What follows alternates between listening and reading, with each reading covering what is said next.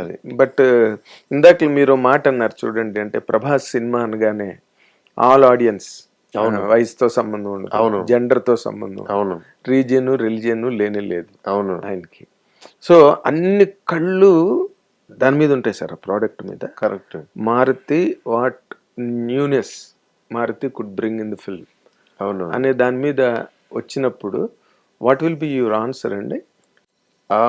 మీరే చెప్తున్నారు ఒక 500 దెయ్యం కథలు వచ్చాయి. అవును ఖచ్చితంగా సార్. ఇప్పుడు ఆ కాన్ఫిడెన్స్ నాకు లేకపోతే ఆ మాట నా నోట్లోంచి రాదు జనరల్గా. ఎందుకంటే ఇది ఇంతవరకు అయితే తెలుగు కాదు, ఇండియన్ స్క్రీన్ మీద అయితే ఈ పాయింట్ రాలేదు. అంటే ఈ పెద్ద స్టార్స్ కూడా ఎవరు కూడా ఈ కైండ్ ఆఫ్ దాంట్లోకి రావాలనుకోరు. ఎందుకంటే ఇప్పుడు ప్రభాస్ గారు ఉన్నప్పుడు నేను కూడా 4 ఫైట్లు యాక్షన్ నీట్గా రాసి ఇది చేస్తే పాస్ అయిపోతాం.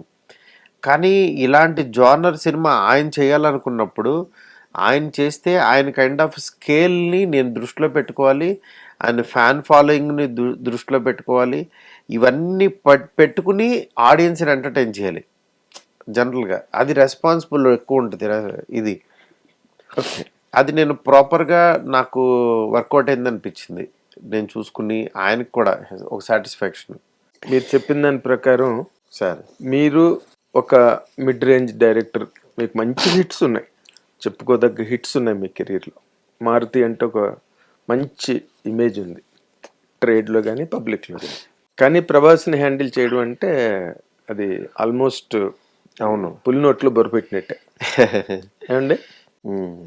దీనిలో మీరు ఫేస్ చేసిన మెయిన్ ఛాలెంజ్ ఏంటి సార్? దీనిలో మెయిన్ ఛాలెంజ్ ఒకటే. ఇక్కడ ఏంటంటే ఆయనది ఇమేజ్ మారిపోయింది మొత్తం బయట. అంటే ఆయన ఎక్కడో ఉన్నారు ఆకాశంలో.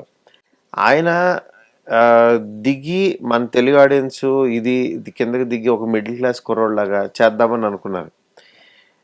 ఇది ఆయన్ని దింపినప్పుడు ఏంటంటే మళ్ళీ చాలా జాగ్రత్తగా దింపాలి, సేఫ్ ల్యాండింగ్ చేయాలి, మళ్ళీ సేఫ్ ల్యాండింగ్ చేయాలి, మళ్ళీ తీసుకెళ్ళి అక్కడ పెట్టేసి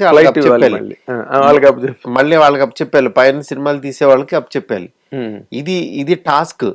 అంటే ఇప్పుడు నా సినిమాకి ఆయన దిగుతున్నప్పుడు కూడా ఈయన దిగుతున్నప్పుడు కూడా చాలా అందంగా దిగుతున్నాడు అనేది అనిపించాలి నేను చెప్పేటప్పుడు. ఈ అందంగా దిగుతున్నాడు, ఇక్కడ ఆడుకుంటున్నాడు, ఇక్కడ ఇది చేస్తున్నాడు, అన్ని ఎమోషన్స్ ఇవన్నీ చేసుకుని మళ్ళీ అక్కడ పెట్టేసి వాళ్ళకి అప్పచెప్పాలి. ఇది టాస్క్ అనమాట. ఇది నాలంటోడికి టాస్క్. అంటే నేను అదైతే నీట్గా అయితే బ్లెండ్ చేసుకుంటా నేను అయిపోయింది నాకు.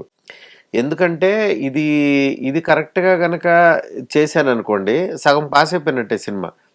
మీరు కథలోనూ ఉంటారు, మీరు బయట అవుట్ ఆఫ్ ద బాక్స్ రారు మీరు.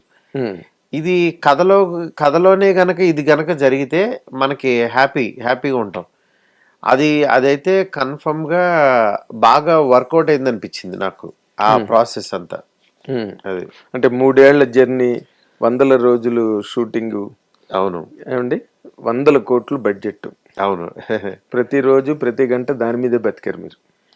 అదే సినిమా మీద, అదే కథ మీద, అదే వర్క్ మీదే బతికారు. ఇంకో వైపు తిరిగి చూడలేదు. అవును మీరు కానీ ఫర్ దట్ మ్యాటర్ ప్రభాస్ కానీ. అవును. అండ్ మీ ప్రొడ్యూసర్ విశ్వప్రసాద్ గారు. అవును.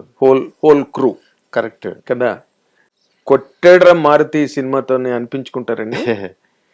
ఖచ్చితంగానండి, అందులో డౌటే లేదు.